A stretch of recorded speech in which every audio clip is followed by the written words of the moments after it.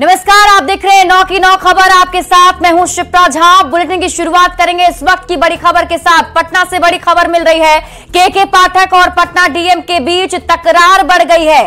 Patna DM Chandrashekhar Singh ने एक कड़ा पत्र लिखा है। माध्यमिक शिक्षा निदेशक को पटना डीएम ने यह पत्र लिखा, जिसमें अपने अधिकार और कार्य क्षेत्र से डीएम ने वाकिफ कराया है। उन्होंने कहा कि क्षेत्राधिकार से बाहर होने के कारण शिक्षा विभाग को अधिकार नहीं है। क्षेत्राधिकार के तहत धारा 144 लगाने का अधिकार डीएम के पास है। शिक्षा विभाग से अनुमति लेने का कोई प्रावधान नहीं है। किसी गैर न्यायिक आदेश से इस पत्र को बदला जा सकता है। शिक्षा विभाग का यह आदेश कानून के खिलाफ है। डीएम ने शिक्षा विभाग को नसीहत भी दी। पूरे मामले पर जरूरत हो तो विधिक मंतव्य ले शिक्षा विभाग। कानून में मिले अधिकार और शीतलहर को देखते हुए डीएम ने यह फैसला लिया था। के पाठक ने सभी डीएम के आदेश पर सवाल उठाए थे। पत्र जारी कर कहा था कि बिना अनुमति के डीएम स्कूल बंद नहीं करेंगे। और अब पटना के डीएम ने पत्र लिखा है, जिससे विवाद बढ़ने की संभावना है। तो पटना से आपको इस वक्त की बड़ी खबर बता रहे हैं। के पाठक और पटना डीएम के बीच तकरार की खबर, वो इसलिए क्योंकि पटना डीएम ने एक कड़ा पत्र लिखा है। आपको बता दें कि पटना डीएम की तरफ से सरकारी स्कूलों में छुट्टी घोषित की गई थी, लेकिन के पाठक ने उसे बदल दिया। शिक्षा विभाग के अपर मुख्य सचिव के पाठक ने पटना डीएम के आदेश को पलट दिया है, जिसके बाद जिला शिक्षा पदाधिकारी ने आज से ही कक्षा 1 से 8 तक के सभी स्कूलों को खोलने का आदेश जारी कर दिया। डीईओ ने सभी सरकारी स्कूलों के हेडमास्टर को पत्र लिख दिया है। वहीं के पाठक के इस एक्शन के बाद जिला प्रशासन और शिक्षा विभाग के अधिकारियों के बीच तकरार भी बढ़ गया है। आपको बता दें कि पटना के डीएम डॉक्टर चंद्रशेखर सिंह ने ठंड को देखते हुए जिले के सभी स्कूलों को 23 जनवरी तक बंद रखने का आदेश दिया था। डीएम का यह आदेश शिक्षा विभाग के एसीएस के पाठक को इतना नागवार गुजरा कि उन्होंने तुरंत ही 23 जनवरी को स्कूल खोलने का आदेश दे दिया, जिसके बाद माध्यमिक शिक्षा निदेशक ने राज्य के सभी डीईओ को तत्काल प्रभाव से स्कूल खोलने का आदेश दिया है, जिस पर अमल करते हुए पटना के जिला शिक्षा पदाधिकारी ने 23 जनवरी से कक्षा 1 से 8वीं तक की स्कूल खोलने का आदेश दिया है। इसके साथ ही मध्याह्न भोजन भी सामान्य दिनों की तरह बनेगा। सीनियर छात्रों का स्कूल पहले से ही खुला है। छुट्टी से लौटते ही के पाठक ने बात पर स्कूल में छुट्टी का आदेश पर सवाल उठाया था और कहा था कि आगे से बिना शिक्षा विभाग की अनुमति के कोई भी डीएम स्कूल में छुट्टी का आदेश जारी नहीं करेंगे। बावजूद इसके रविवार को पटना के डीएम शिक्षा विभाग की बिना अनुमति के स्कूलों में छुट्टी का आदेश जारी कर दिए थे, जिसे के पाठक ने पलट दिया है। ऐसे में पहली बार आज से डीएम के आदेश के उलट पटना में स्कूल खोले जाएंगे।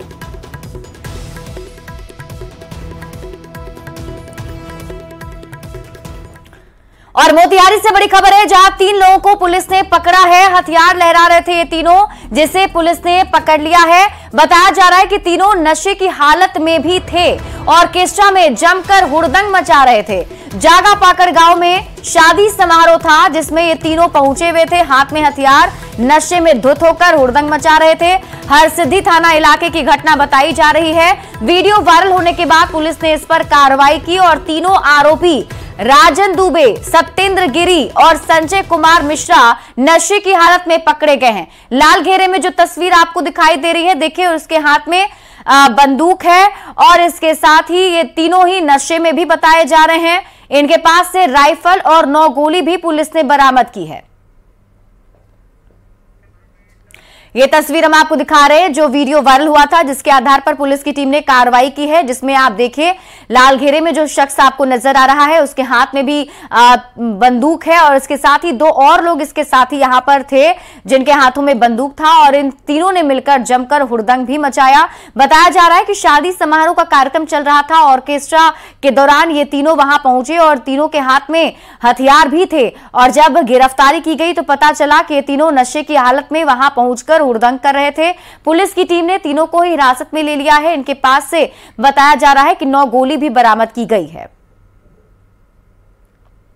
जगह पकड़ गांव में एक शादी समारोह में ऑर्केस्ट्रा के प्रोग्राम में कुछ व्यक्ति हथियार लहरा रहे थे और हथियार का अवैध रूप से प्रदर्शन कर रहे थे, जिसके सत्यापन के लिए और आवश्यक कार्रवाई के लिए एक टीम बनाई गई, जिसमें थानाध्यक्ष हरसिद्धि पुनी रंजय कुमार और थानाध्यक्ष ओपी थानाध्यक्ष पुनी विभा कुमारी के द्वारा त्वरित रूप से सत्यापन के उपरांत कार्रवाई की गई, जिसमें 3 व्यक्ति एक MP बोर राइफल के साथ गिरफ्तार हुए और तीनों का जब मेडिकल कराया गया तो शराब पीने की भी पुष्टि हुई उनकी।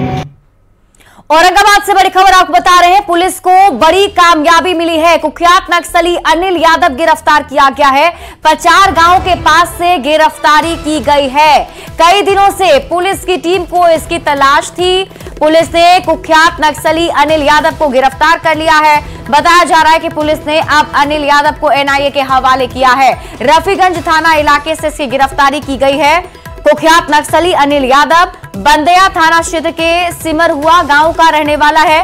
NIA से जुड़े एक मामले में अनिल यादव को गिरफ्तार किया गया है। तो ये बड़ी कामयाबी पुलिस की टीम को मिली है। औरंगाबाद से आपको इस वक्त की बड़ी खबर बता रहे हैं, जहां कुख्यात नक्सली अनिल यादव को गिरफ्तार कर लिया गया। जानकारी के मुताबिक कई दिनों से पुलिस की टीम को इसकी तलाश थी। पचार गांव में कार्रवाई करते हुए पुलिस ने गिरफ्तार किया है।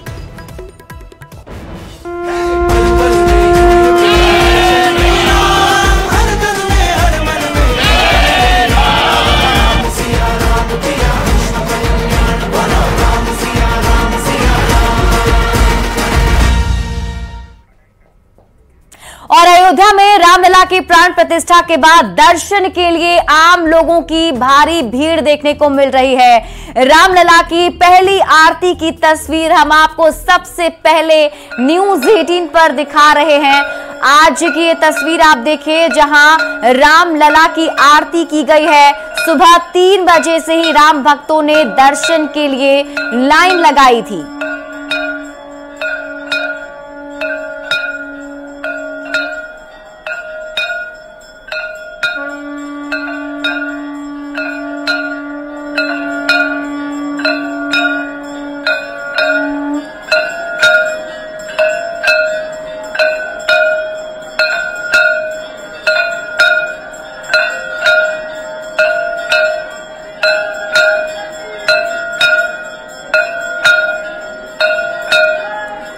तो अयोध्या में रामलला की प्राण प्रतिष्ठा के बाद दर्शन के लिए आम लोगों की भारी भीड़ देखने को मिल रही है।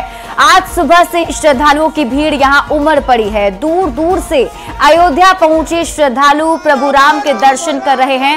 श्रद्धालुओं के लिए मंदिर के खुलने का समय सुबह 7 बजे से 11:30 बजे तक होगा और इसके बाद श्रद्धालुओं के दर्शन दोपहर 2 बजे से शाम 7 बजे तक होंगे। मंदिर में आरती का समय भी निर्धारित कर दिया गया है। सुबह 6:30 बजे श्रृंगार आरती होगी, दोपहर 12 बजे भोग आरती होगी और संध्या में 7:30 बजे शाम की आरती होगी। लोग सुबह से ही सरयू में स्नान करके रामलला के दर्शन करने के लिए पहुंच रहे हैं।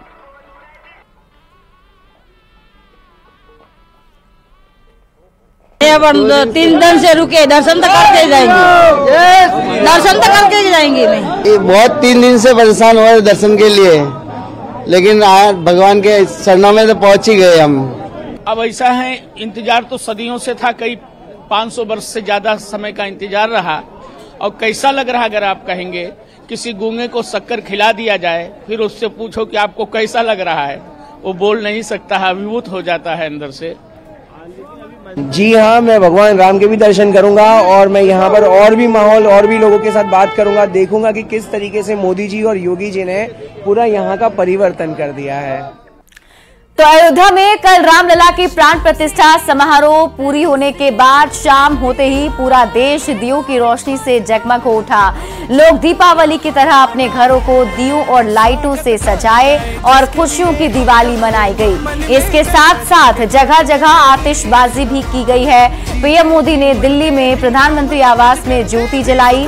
शाम को अयोध्या में 10 लाख दियों से अयोध्या नगरी जगमगा उठी। ये तस्वीर हम आपको दिखा रहे हैं, प्रधानमंत्री आवास की तस्वीर है, जहां पीएम मोदी ने दिए जलाए हैं। बता दें कि पीएम मोदी ने प्राण प्रतिष्ठा के बाद लोगों से अपने अपने घरों में दीपक जलाने की भी अपील की थी।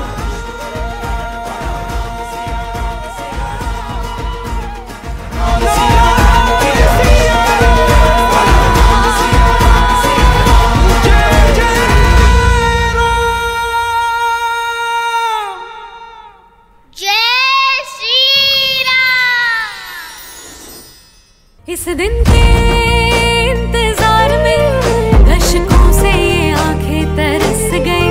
आएगा ये तो विश्वास था, अब जो तो यहाँ लौटा है। स्वागत गान गाए जिसके लिए मन में गंगा जिसके हाथ में है। जीते भी मरते भी काम काज करते भी सुख में दुख में हर एक मुख में घर जाएगी नाम। पल पल में युग युग में हर क्षण में राम, हर तन में हर मन में कण कण में राम। पल पल में युग युग में हर क्षण में राम, हर तन में हर मन में कण कण में राम। राम सिया राम सिया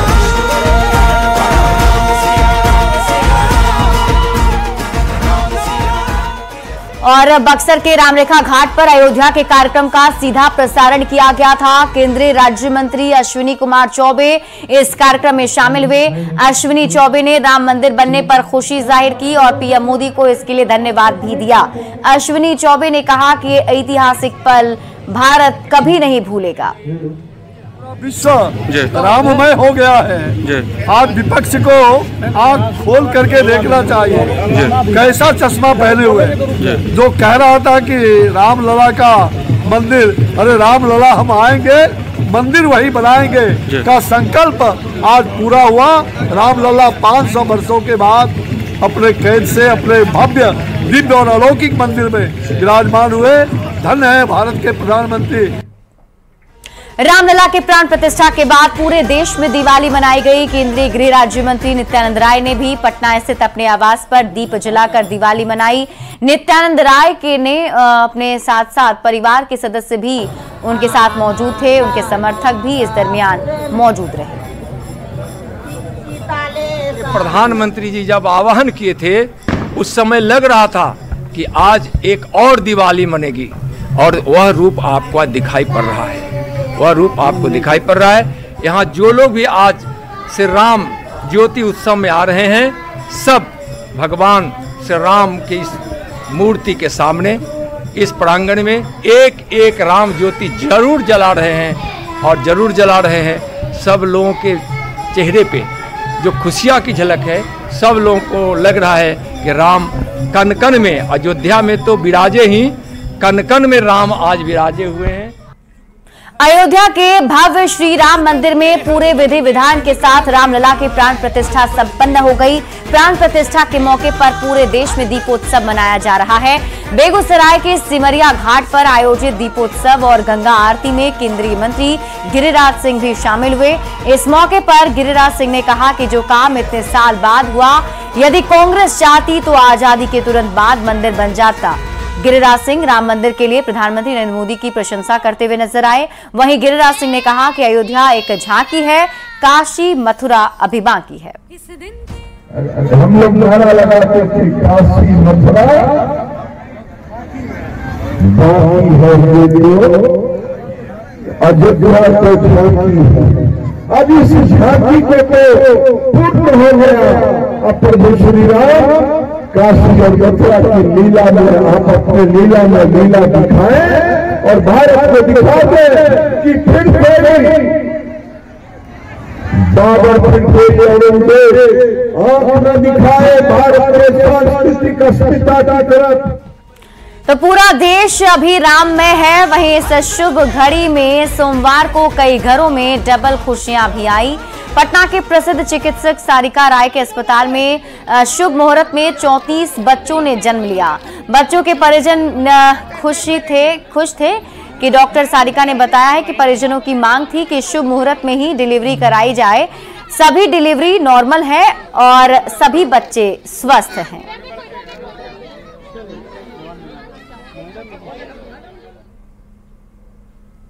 उल्लास जो यहाँ पे है, आप खुद अपने आंखों से साक्षात देख रहे हैं, वीडियोस भी बनाए होंगे। सब कोई, जितने भी पेशेंट डिलीवर हुए हैं, सब कोई बहुत खुश है। हम लोग की खुशी में सब कोई खुश है। कितने बच्चे तो हम लोग भी उनकी खुशी में जरूर खुश है। कितने बच्चों के? 34 हो गए, अब तो 3 और हुए हैं। बड़ी खबर गया से आपको बता दें, जहां नीमचक बथानी के बंडी गांव में दो पक्षों के बीच झड़प हो गई है। राम जुलूस निकालने के दौरान दो समुदाय के लोगों में विवाद हो गया, जिसके बाद बात झड़प तक पहुंच गई। हालांकि इस घटना में किसी के हताहत होने की खबर नहीं है, लेकिन दोनों तरफ से लाठियां चली हैं। घटना के बाद भारी संख्या में पहुंची पुलिस ने हालात को काबू में कर लिया है और स्थिति सामान्य बनी हुई है।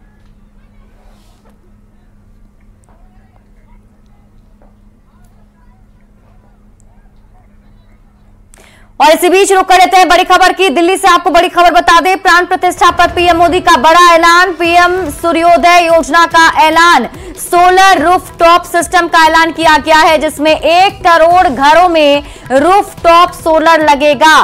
पीएम मोदी ने ट्वीट कर इसकी जानकारी दी है। सूर्यवंशी भगवान श्री राम के आलोक से विश्व के सभी भक्तगण सदैव ऊर्जा प्राप्त करते हैं। आज अयोध्या में प्राण प्रतिष्ठा के शुभ अवसर पर मेरा ये संकल्प और प्रशस्त हुआ है कि भारतवासियों के घर की छत पर उनका अपना सोलर रूफटॉप सिस्टम हो। अयोध्या से लौटने के बाद मैंने पहला निर्णय लिया है कि हमारी सरकार 1 करोड़ घरों पर रूफटॉप सोलर लगाने के लक्ष्य के साथ प्रधानमंत्री सूर्योदय योजना प्रारंभ करेगी। इससे गरीब और मध्यम वर्ग का बिजली बिल तो कम होगा ही, साथ ही भारत ऊर्जा के क्षेत्र में आत्मनिर्भर भी बनेगा। और अब बात करते हैं बढ़ते ठंड की। बिहार में कड़ाके की ठंड है। कोहरे की चादर में पूरा पटना शहर लिपटा हुआ है। कई जिलों में तापमान 5 डिग्री सेल्सियस से भी नीचे पहुंच चुका है। मौसम विभाग की माने तो अगले 24 दिनों तक इसी तरह की स्थिति बनी रहेगी। इस खबर पर और अधिक जानकारी दे रहे हैं संवाददाता शैलेंद्र। कड़ाके की ठंड के साथ साथ पूरा बिहार कुहासे की चादर में लिपटा हुआ है। तापमान की बात कर लें तो कई जिलों में तापमान 5 डिग्री सेल्सियस से भी नीचे पहुंच चुका है। ऐसे परिस्थिति में लोगों को काफ़ी चुनौतियों का सामना करना पड़ रहा है। खासतौर पर यदि हम राजधानी पटना की बात करें तो सुबह से ही घना कोहरा है। स्थिति यह है कि लोगों को अपनी गाड़ियों की लाइट जलाकर चलनी पड़ रही है और लोगों की संख्या सड़क पर भी काफ़ी कम दिखाई पड़ रही है, क्योंकि एक ओर ठंड है तो दूसरी ओर कुहासा। और सबसे बड़ी बात है, कुहासे के कारण ट्रेन लेट चल रही हैं, हवाई जहाज उड़ान नहीं भर पा रहे हैं। तो ऐसे परिस्थिति में कहा जा सकता है कि ठंड के साथ साथ कुहासे ने लोगों की मुश्किलों को काफ़ी बढ़ा दी है। बिहार के कई जिलों में जो तापमान है उसमें लगातार गिरावट दर्ज की गई है। खासतौर पर यदि हम बात कर लें पटना की, तो पटना के भी हालात ठीक नहीं है। कड़ाके की ठंड है और धूप मुश्किल से निकल पा रहा है। छोटे बच्चों को स्कूल जाने में परेशानी है। दूसरी ओर देर रात जो सड़क पर जो लोग रहते हैं, रैन बसेरों में रहते हैं, उन्हें काफ़ी चुनौतियों का सामना करना पड़ रहा है। तो सबसे बड़ी बात है कि जिस तरीके से लगातार ठंड बढ़ रहा है और मौसम विभाग ने भी कहा है कि ये स्थिति अगले 2-4 दिनों तक और बरकरार रहेगी। साथ ही साथ कई जिलों में बारिश की भी संभावना जताई जा रही है। तो कुल मिला के कहा जा सकता है कि अगले 2-4 दिनों तक और राहत नहीं मिलने वाली है।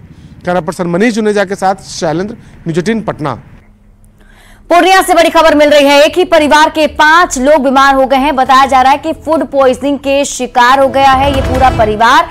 एक 6 साल की बच्ची की मौत की भी खबर है। जलालगढ़ के पनखोवर की घटना बताई जा रही है। परिजन की माने तो रात में मां हाजरा खातून और 4 बच्चे खाना खाकर सोए थे। अचानक उन्हें उल्टी और दस्त होने लगी। सभी बच्चे और मां बीमार पड़ गए। आनंद फानन में उन्हें जीएमसीएच लाया गया, जहां इलाज के दौरान एक बच्ची जूबी की मौत हो गई है। अभी भी 4 लोगों का इलाज चल रहा है। कैसे हुआ कोई ताला नहीं लग रहा हम लोग को अभी। मतलब रात में बच्चा सब खा पी कर परिवार लेकर के खा पी कर सोया, सुबह से ही ऐसा मतलब हालात में अचानक हो गया सुबह में। हाँ, तो सुबह में हम लोग को पता चला कि ऐसा कितना बच्चा बीमार है? एक तो डेट कर गया, 3 बच्चा देखिए रहे हैं। अच्छा, एक बच्चा डेट कर गया। और इसी बीच रुक करेंगे बड़ी खबर की। मुंगेर से बड़ी खबर मिल रही है। 3 घरों में आग लग गई है। बताया जा रहा है कि इस अगलगी में 3 घर जलकर खाक हो गए हैं। लाखों की संपत्ति का नुकसान हुआ है। बंगाली टोला में आग लगी है। बरियारपुर क्षेत्र की घटना बताई जा रही है। आग पर हालांकि काबू पा लिया गया, लेकिन लाखों रुपए का नुकसान भी हो गया है। निरंजन मंडल की झोपड़ी में आग लगी थी और देखते ही देखते आग आसपास के दूसरे घरों तक फैल गई, जिसके कारण 3 घर जलकर खाक हो गए। आग इतनी भयावह थी कि अब तक जब तक आग पर काबू पाया जाता तब तक लाखों की संपत्ति जलकर खाक हो चुकी थी। हालांकि बाद में गांव वालों की मदद से दमकल की टीम ने आग पर काबू पा लिया। और फिलहाल इस बुलेटिन में अभी के लिए बस इतना ही। आप देखते रहिए न्यूज़ 18 बिहार झारखंड।